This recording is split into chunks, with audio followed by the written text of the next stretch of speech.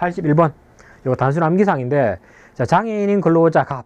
일단 나이가 중요한 게 아니고 장애인, 장애인. 자, 장애인인 근로자 갑이 다니던 회사가 도산했습니다. 그래서 이직했다. 이때 갑의 피보험 기간이 5년이라면은 이 사람한테 주어지는 구직급여의 소정급여 일수는 며칠 동안 주느냐 이 문제인데, 요거는 단순 암기사항인데 이렇게 정리하십시오. 자, 일단 기준은 우리나라는 그건 첫 번째, 이 사람이 50세 미만이냐. 이 사람들은 아무래도 보호량이 좀 적습니다. 이것들을. 다음에 이 사람이 50세 이상이냐. 일단 둘로 나누고, 그리고 50세 이상에는 하나 더 추가해가지고 약자에 해당될 수 있는 장애인이 추가됩니다. 되겠죠? 그래서 일단 구직급여 일수에는 50살 미만인 근로자랑 50세 이상 또는 장애인인 근로자 둘로 쪼개더라. 됐죠? 그리고 보험가입 일수에 따라서 주는 구직급여 소정근로 일수가 달라지는데, 요거는 첫 번째 1년 미만인 경우, 다음에 두 번째 1년에서 3년간 보험료를 낸 경우, 다음에 3년에서 5년간 보험료를 낸 경우, 되겠죠? 다음에 5년에서 10년간 보험료를 낸 경우, 다음에 10년 이상 보험료를 낸 경우, 요렇게 나눕니다. 이렇게 하면 다 한 겁니다, 일단. 됐죠? 그러면은 50세 미만하고 50세 이상 장애인에 대해서 여기 소정 구직급여 일수가 며칠로 가느냐? 요건데, 일단 출발은 120으로 출발합니다. 120일씩. 넉 달이죠, 넉 달. 그래서 여기다가 한 달씩 추가하면 돼. 그래서 한 달 추가하면은 150, 한 달 추가하면 180, 한 달 추가하면 210, 한 달 추가하면 240. 이렇게 됩니다. 그래서 50세 미만인 근로자인데, 예를 들어서 40세인 근로자인데 이 사람이 보험료를 만약에 2년간 납입했다. 그러면은 구직급여 일수는 150일이 되는 겁니다. 되겠죠? 다음 밑에, 자, 50세 이상하고 장애인 어떻게 하느냐? 똑같이 가는데, 여기서 한 번 건너뛸 때 여기서는 2배로 건너뜁니다. 그래서 30이 되는 게 아니고 60으로 건너뛰어버려. 그러면은 120에다 60도 하면은 180으로 가버리겠죠. 그래서 나머지 똑같아. 다음에 30도 더하면 돼. 30. 됐죠? 요렇게 소정급여 일수가 정해집니다. 됐죠? 근데 이 사람은 보시면 장애인 40인데 포인트는 40세, 여기 포인트가 아니고 장애인이죠. 그래서 장애인인데 이 사람이 저 뒤에 보험기간이 5년이다. 그러면은 여기로 가겠죠. 5년. 됐죠? 자, 그러면은 그죠. 5년이기 때문에 장애인이고 5년이면은 이 사람의 급여 일수는 210일이 되겠죠.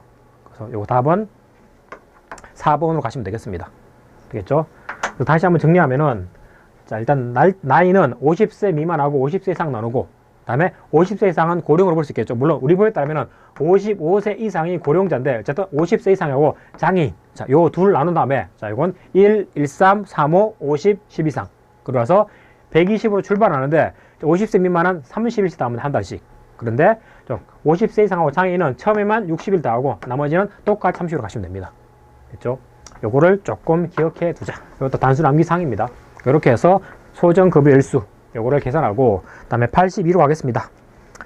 자, 매번 나오는 거죠. 기준 고용률. 자, 고용상 연령 차별 금지, 그다음에 고령자 고용 촉진 관련해서 뒤에 기준 고용률을 물었는데, 기준 고용률, 자, 장애인을 또는 고령자를 여기서 고령자죠. 고령자를 몇 프로 채용해 드리냐 이 문제인데, 자, 앞에 보시면 사업 자체가 임대업이에요, 임대업. 됐죠? 그럼 요거 기억나죠? 분필이.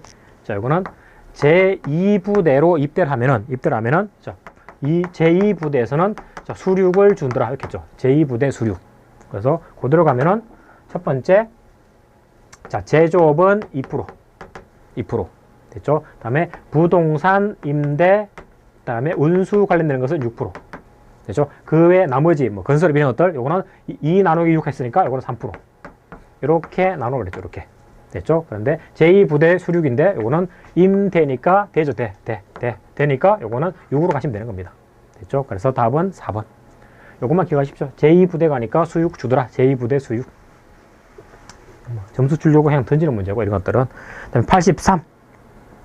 요거 뭐 새로 추가된 지문인데 뭐 어렵지 않습니다. 보시면 저 고평법상 뒤에 성희롱 금지 및 예방에 관한 설명으로 잘못된 것. 자, 보시면은 이것도 암기하는 게 아니고 이해하시면 되는데, 보시면 사업주는 예방교육의 내용 한 다음에, 자, 그 내용을 근로자가 자유롭게 열람할 수 있는 장소에 게시하거나 갖추어서 알린다 했죠. 첫 번째, 주지 의무라는 걸 부과하고 있다. 맞는 말이고. 두 번째, 성희롱 예방교육을 장관이 지정하는 기관에 위탁할 수 있다 그랬죠. 왜냐면은 모든 예방 강사를 다 채용하려면 경제적으로 부담이 되니까 외부 업체 위탁도 가능하다. 세 번째, 자, 누구든지 발생 사실 알게 됐습니다. 그럼 누구든지 그러면 그 사실을 얼핏 보면은 외부에 있는 노동위원회로 갈 것 같은데 우리나라 아직까지 내부 문제니까 먼저 사용자한테 얘기해. 대신 사용자가 일 잘못 처리하면 그때는 우리가 도와주겠다 이렇게 된 겁니다. 그래서 원칙은 내부에 있는 사업자한테 신고할 수 있는 겁니다. 요 법조문의 문제점은 성희롱을 일반 근로자가 아니고 이 사업주가 해버리면 어떡할 거냐 그런 문제 있겠죠. 그런데 입법 과정에서 아직까지 그 내부 문제니까 사업주 네가 처리하고 그다음에 사업주 네가 신고한 근로자 등의 차별하면 우리가 처벌할게 이렇게 되어 있습니다. 됐죠? 그래서 이것도 맞는 말이야. 또 마지막 사업주는 직장 내 발생 사실이 확인이 된 거지. 자, 그러면 지체 없이 그 행위한 가해자에 대해서는 징계 등에 필요한 조치를 해야 되는데 하기 전에 한호가 아닙니다. 하기 전에 어떻게 할지에 대해서는 반드시 피해 근로자의 의견을 참고해서 해야 됩니다. 그래서 조치를 한 다음이 아니고 하기 전에 의견을 들어보는 겁니다. 됐죠? 그래서 피해 근로자가 나는 저 사람하고 같은 공간에서 근무하기 싫습니다. 다른 데 보내야지 돼. 이런 점을 집어넣는 이유는 보통은 이 신고한 근로자가 있으면 신고한 근로자한테 불이익을 줘버립니다. 그 신고하면은 야, 너 이거 성희롱 있으니까 네가 다른 데 가 있어. 네가 휴직해. 이렇게 됩니다. 물어보지도 않고. 됐죠? 자, 그걸 막기 위해서 일단은 피해 근로자 의견이 제일 중요하니까 어떤 조치를 취하기 전에 물어본 다음에 조치를 취해라. 그래서 답은 반대로 됐으니까 4번이 됩니다. 이것도. 상식에서 한 번 정도만 이해하시면 되는 문제입니다. 이것들은. 자, 다음에 84번으로 갑시다. 또 고평법 문제. 이것도 문제 이렇게 너무 쉽게 내는 건 말이 안 되는데 이거는 국어적으로 봤을 때 초등학생도 풀 수 있는 문제 이거는. 보시면 자, 고평법상 뒤에 모집이라든가 채용 임금에 대해서 만약에 차별을 이유로 뒤에 고충 신고를 한다면은 관련돼서 잘못된 것을 올라버립니다. 됐죠? 차별받았다. 그죠? 그때 이 고충을 신고할 때 어떻게 해야 되느냐? 그 문제인데 1번 보시면 자, 고충을 신고하는 방법은 말로 해도 되고 구두, 전화도 되고 제외가 아니고 자, 서면, 우편, 팩스 다 됩니다. 됐죠? 근데 이거 갖다가 신고는 구두, 전화는 안 되고 서면, 우편, 팩스는 된다? 말이 안 되죠. 그죠? 그래서 신고는 구두상 말로 하는 것도 가능하고 그다음에 전화도 가능하고 자, 더 편한 거 문서 보내거나 우편, 팩스 아니면 인터넷 게시판 다 가능합니다. 됐죠? 그래서 답은 쉽게 1번으로 가시면 되는 문제입니다. 됐죠? 다음에 2번 보시면은 사업주는 신고를 받은 경우에는 특별한 사유가 없으면 신고 접수일부터 날짜 기하십시오. 10일. 10일 내 신고된 고충을 직접 자기가 하거나 아니면 노사 협의에다가 그 내용 맡기면 됩니다. 됐죠? 10일 위임. 여기 있더라. 다음 세 번째, 고충 접수 처리 대장을 작성해서 갖추어 둬야 되고 항상 그러고 나서 그 내용을 적어도 임금처럼 3년간은 보존해야 됩니다. 됐죠? 자, 그럼 세부적인 내용은 근로자 참여 및 협력 정진에 관한 법률 시행령까지 가야 되는데 여러분 시험 범위가 아니기 때문에 이 정도만 하시면 됩니다. 이거는. 다음에 자, 고충 접수 처리 대장 3년간 보존하는 거. 자, 이것은 전자적 처리가 불가능한 특별한 사유가 없다면은 원칙은 전자적 처리가 가능한 방법 서버에 보관하겠죠. 그렇죠? 이런 방법으로 작성해서 갖추어 둬야 되고 그리고 관련 서류는 전자적 방법으로 작성 보존할 수도 있는 겁니다. 됐죠? 그래서 옛날처럼 종이 다 만들어가지고 이걸 파일에 편집해서 검구에 넣어두고 이런 것 안 합니다. 그냥 지금은 이메일을 포함해서 각종 전자장비에다 넣으면 되기 때문에 그렇게 해도 되는 겁니다. 이게. 자, 넘어가시고 또 쉬운 문제였고 자, 2급에 없는 새로 추가된 지문이 있지만 딱히 어려운 문제는 아니었습니다. 자, 다음에 자, 85번. 자, 직업능력개발법, 훈련계약. 자, 직업능력개발법에 따라서 근로자한테 훈련을 시킬 수 있겠죠. 이때 훈련계약 관련해서 틀린 것은 첫 번째 보시면 사업주는 훈련계약을 처음에 체결할 때는 해당 직업능력개발 훈련을 받는 사람이 훈련을 이수한 후에 사업주가 지정한 업무에 일정 기간 종사하도록 할 수 있는 겁니다. 왜냐면 내 돈 들어서 내가 교육했어. 그런데 다른 데 가겠다? 막아야 되겠죠. 그러니까 원칙은 일정 기간만 종사할 수 있습니다. 그 기간이 얼마냐? 문제 되는데 밑에 있죠. 이 경우에 그 기간은 최대 5년 내로 돼요. 최대. 무조건 5년이냐? 그것도 아닙니다. 자, 있죠. 뒤에 개발 훈련 기간의 3배는 넘어갈 수 없는 겁니다. 자, 내가 만약에 훈련을 1년 동안 받았다. 그럼 이 사람을 5년 동안 종사하는 게 아니고 최대 3배니까 3년까지밖에 안 돼. 됐죠? 만약에 내가 교육 훈련을 만약에 3년 받았다. 3년. 그러면은 이 사람에 대해서 5년 내에 가능한데 근데 3배니까 최대 9년 가능하냐? 이거 안 된다고. 최대 5년이니까. 됐죠? 둘 중에 하나 잡으면 됩니다. 자, 53. 자, 다음에 두 번째, 훈련 계약을 체결하지 않으면은 그때 고용된 근로자가 받은 이 직업 개발 훈련에 대해서는 어쨌든 교육을 받은 거지. 그러면 그는 요 기간은 자, 근로 제공하지 않는 게 아니고 근로 제공을 처리합니다. 됐죠? 그래서 답은 요거 쉽게 2번으로 값이 됩니다. 자, 다음에 세 번째. 자, 훈련 계약을 체결하지 않을 경우에는 사업주는 직업 능력 개발 훈련을 기준 근로시간 내에 실시하되 다만 해당 근로자와 합의한 경우에는 그 외에도 충분히 훈련이 가능합니다. 절대 외에 하려면은 반드시 여기 근로자랑 합의한 경우만. 뭐 간단한 거고. 다음에 4번. 자, 기준 근로시간 외 훈련 시간에 대해서는 자, 이거 따지면 연장 근로죠. 자, 여기에 대해서는 생산 시설을 이용하거나 근무 장소에 하는 직업 능력 개발 훈련의 경우를 제외하고는 자, 회사 내가 아니라면은 그죠? 그때는 연장 야간에 해당되는 임금을 지급하지 아니할 수 있다. 밖으로 나가는 거니까 이거는. 자, 그렇게 보시면 되는 쉬운 질문이었습니다. 이것도 뭐 2급에서 많이 나왔던 문제고. 자, 86번. 이것도 암기가 아니고 이해하시면 됩니다. 보시면 헌법상 근로의 권리 내용, 그래서 관료안에 알맞은 것은 보시면 자, 우리나라 국가는 근로를 위해서 자, 근로의 내용, 어떤 걸 할 건지, 그 다음에 그 조건, 근로 조건. 자, 이것을 뭐에 따라서 반드시 법률로 정해라. 그래서 그 법률이 우리나라에 있는 각종 근기법 같은 법이 되겠죠. 되죠? 그러면은 근로의 내용과 조건을 법률로 정하는데, 자, 이 법을 정할 때 누구 의견을 반영해서 만들어야 되냐? 이 문제입니다. 자, 당연히 답은 1번입니다. 국민들의 의견을 반영해가지고 자, 법률 만들어야 되겠죠. 그래서 국민들의 의견을 반영한다? 그게 민주주의 원칙입니다. 되겠죠? 뭐 이건 당연한 문제이기 때문에 요거는 민주주의가 여기에 들어간다는 거. 야, 요거랑 헷갈리면 안 되는 게 그게 32조 3항인데 여기 보면 이렇게 됐습니다. 자, 근로 조건의 기준. 자, 이것을 인간의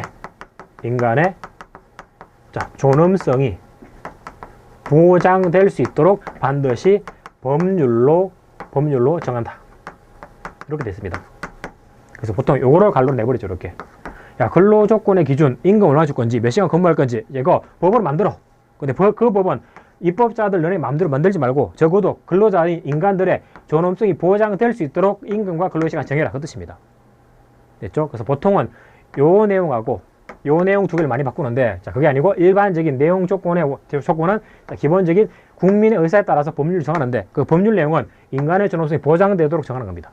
됐죠? 그래서 이거는 민주주의 원칙에 따라서 국민들의 의사가 반영하는 상태에서 법을 만든다는 거. 그런 문제입니다. 자, 다음에 87번. 요것도 뭐 다 외우려고 덤비지 말고 이거는 그냥 정답을 기억하시면 됩니다. 보시면 자, 직업안정법상 직업안정기관의 장.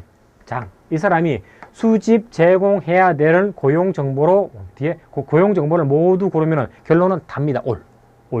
보시면 첫 번째 직업안정기관의 장이니까 첫 번째 우리나라 경제, 산업 동향 알아야 되겠죠. 그 다음에 우리나라 노동시장이라든가 고용, 실업 동향도 알아야 되겠죠. 그 다음에 관련되는 직업에 관한 정보도 당연히 알아야 되고, 그 다음에 훈련에 관한 정보, 그 다음에 각종 지원 보조제도, 그 다음에 구인, 구직자에 관한 정보 다 필요한 겁니다. 됐죠? 그래서 이걸 굳이 이거 암기하려고 하지 말고 기본적으로 정답 나오면 이 전체가 다 나오기 때문에 이거는 정답 중심으로 보고 넘어가십시오. 이것들은. 자, 다음에 88번 가겠습니다. 88번. 이것도 말장난 간단하게 한 문제인데 이게 2급하고 약간 다른 차이점 이런 것 같아요. 이게 지문을 좀 길게 주는데 내용을 가만히 읽어보면 답은 쉽게 보입니다. 근데 지문을 길게 주다 보니까 2급하고 다르게 시간이 조금 더 많이 걸 겁니다. 이것들이. 그래서 이것들은 어쩔 수 없이 기출된 지문을 많이 풀어가지고 익숙해지는 거 이거밖에 없습니다. 이거는 시간을 줄여야 되니까. 자, 88 보시면 장애인 고용 촉진 관련해서 뒤에 틀린 것은 자, 장애인의 고용을 촉진하고 뒤에 직업 재활을 위해서 저 뒤에 있는 법 관련해서 잘못된 것. 자, 첫 번째 보시면 자, 재활 실시 기관은 장애인에 대한 직업 재활 사업을 다양하게 개발해서 장애인에게 직접 제공해야 되고 당연히 다이렉트로, 그리고 특히 중증 장애인의 자기 능력을 높이기 위해서 직업 재활 실시에 적극, 이건 중증이니까 노력이야. 왜냐면 모든 중증에 대해서 다 하려면은 당연히 예산이 많이 들겠죠. 그러니까 이쪽은 노력. 됐죠? 그래서 기본적인 직업은 제공해주고 중증에 대해서는 노력해라. 맞는 말입니다. 다음에 두 번째. 자, 고용노동부 장관하고 자, 교육부 장관은 자, 장애인이 그 능력에 맞는 직업에 취업할 수 있도록 하기 위해서 장애인에 관한 직업 상담 문제라든가 직업 적성 검사, 그다음에 직업 능력 개발 평가, 자, 이걸 실시해야 되고, 그리고 고용 정보를 제공하는 등 직업 조율을 해야 된다. 자, 가만히 보면은 자, 이거 노동 문제고 취업 문제이기 때문에 노동부 장관은 당연히 나와야 되겠죠. 됐죠? 근데 자, 교육부 장관이 나오는데 자, 가만히 보시면 자, 장애인이고 그리고 장애인에 남아있는 노동 잔존 능력, 자, 여기에 맞춘 취업을 할 수 있게 하기 위해서는 당연히 이 장애인에 관한 노동 능력 평가해야 되겠죠. 근데 그 장애인 문제이기 때문에 이걸 교육부 장관이 평가할 수 있는 게 아니고 당연히 이거는 보건복지부가 나와야 돼. 됐죠? 그래서 교육부 장관이 아니고 보건복지부 장관이 같이 하는 겁니다. 왜? 장애인 문제이기 때문에 노동부 장관의 취업 문제, 장애인 문제이기 때문에 교육부가 아니고 보건복지부가 나온다는 거. 됐죠? 요건 뭐 얼핏 그럴싸하게 말장난 치는데 교육부 장관이 노동 문제에서 나올 일은 없습니다. 이거는. 됐죠? 보통 나오면은 고용노동부 장관 아니면은 보건복지부 장애인 문제이기 때문에 그 정도 나옵니다. 이게 다른 시험에는 교육부 장관을 갖다가 뭐 국방부 장관 이렇게 나오는데 국방부 장관이 이게 왜 나와? 그죠? 말이 안 되겠죠? 쉬운 문제였습니다. 다음에 세 번째, 바로 장관하고 여기 나오죠. 자, 보건복지부 장관은 중증 장애인 중에서 사업주가 운영하는 사업장에서는 직무 수행이 어려운 장애인이 직무를 수행할 수 있도록 자, 뒤에 지원 고용을 실시하고 필요한 지원을 하여한다. 똑같이 나오죠. 장관 문제인데 고용노동부랑 보건복지부입니다. 자, 네 번째, 국가랑 그리고 지자체는 이 장애인 중에서 정상적인 작업 조건에서 일하기 어려운 장애인, 중증이겠죠. 이 중증 장애인을 위해서 특정한 근로 환경을 제공하고 그 근로 환경에서 일할 수 있도록 보호 고용을 실시해야 됩니다. 누가? 국가나 지자체가. 이거를 갖다가 틀리면 이걸 갖다가 사업주라든가 사용자로 많이 바꿀 수 있겠죠. 됐죠? 그래서 이거는 88번 문제는 2급에는 뭐 거의 없는 지문인데 특히 중증 장애인 문제에 관한 내용을 다루고 있다는 거. 그것만 정리하시면 되겠습니다. 됐죠? 답은 그래서 교육부가 아니고 보건복지부. 자, 넘어갑시다. 89번. 95조 조문인데 이거는 95조. 우선 취업규칙에서 이거는 감급의 제재입니다. 감급의 제재. 자, 우리말로 하면 감봉. 근로자 잘못하면 월급 까죠? 그죠? 그 감봉입니다. 문제는 감봉할 수 있는데 감봉을 너무 많이 하면은 자, 너 감봉 100%. 근로자가 생계가 막혀버리겠죠. 그러니까 우리 입법자들은 취업규칙에서 감급의 제재, 다른 말로 감봉입니다. 감봉을 할 때는 일정 액수를 제한합니다. 됐죠? 그때 얼마를 제한하는지, 뭐를 기준으로 제한하는지 이 두 가지 아셔야 돼. 보시면은 첫 번째, 치규에서 근로자에 대해서 감급의 제재를 정할 때, 감봉할 때입니다. 감봉할 때. 요거는 뭐 빼야 되겠네. 자, 뒤에 정할 경우에는 자, 그 감액은 한 번 할 때 금액은 자, 요거는 평균 기준. 통상이 아니고 틀리려면은 요 평균이 보통 통상으로 바꿉니다. 됐죠? 그래서 평균 기준으로 했을 때 하루치는 절반, 2분의 1. 자, 내 하루 일당이 10만 원이다. 그러면은 최대 감봉은 5만 원까지. 됐죠? 그러면은 하루 10만 원이고 5만 원씩 하니까 매일 5만 원씩 갈 수 있느냐? 즉 내가 만약에 월급이 200이다. 그럼 감봉하면은 자, 너 매일 5만 원씩 가가지고 예를 들어서 20일 근무하니까 5, 20, 100만 원. 그래서 너 마이너스 100 해서 너 100만 원 줄게. 이렇게 가능하냐? 됐죠? 그것도 안 됩니다. 보시면은 하루치는 2분의 1까지 할 수 있고 그 총액은 1임금 지급기. 뭐 임금이면 한 달, 월급이면 한 달, 자, 주급이면 일주. 자, 그 액수에 총액에 10분의 1 넘어가면 안 돼. 그러면 이 사람이 월급 200이더라. 그러면 한 달 동안 감액해봤자 10분의 1, 최대 20까지만 감액해야지 돼. 됐죠? 그래서 하루치는 절반, 1임금 지급기 기준으로 했을 때 10분의 1. 그리고 기준은 평균 임금. 됐죠? 그래서 답은 쉽게 4번으로 가시면 됩니다. 그래서 요 지문이 나오면은 출제할 수 있는 내용은 크게 세 가지입니다. 아까 보신 것처럼 숫자 2분의 1, 10분의 1. 됐죠? 기준이 되는 것은 통상이 아니고 평균. 자, 여기 뒤에 나오겠지만 통상 가지고 계산하는 게 있고 평균 가지고 계산하는 게 있죠. 근데 당연히 둘 다 외울 필요 없이 여러분들은 통상을 기억하시면 됩니다. 얘가 양이 적기 때문에. 그래서 통상 가지고 계산하는 것은 연회가.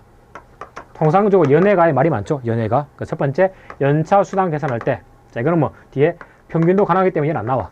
보통 나오는 거 두 가지입니다. 첫 번째 26주 예고 수당 줄 때 통상 가지고 준다. 그 다음에 56주의 연장 야간 휴일에 대해서 가산임금 줄 때 통상 기준으로. 그래서 예고 수당 가산임금만 통상이고 나머지는 다 평균이다. 그렇게 보시면 됩니다. 그래서 평균은 이거는 연, 휴, 재, 퇴, 감인데 외울 필요 없습니다. 첫 번째 연차 수당 원칙은 평균 통상 둘 다 됩니다. 이거는. 그 다음에 휴업 수당 이것도 평균 통상 둘 다 될 수 있는 거고 안 나오겠어요. 이들은. 그 다음에 이거는 재보상금, 그 다음에 퇴직금, 감급의 제재. 이게 감급의 제재죠.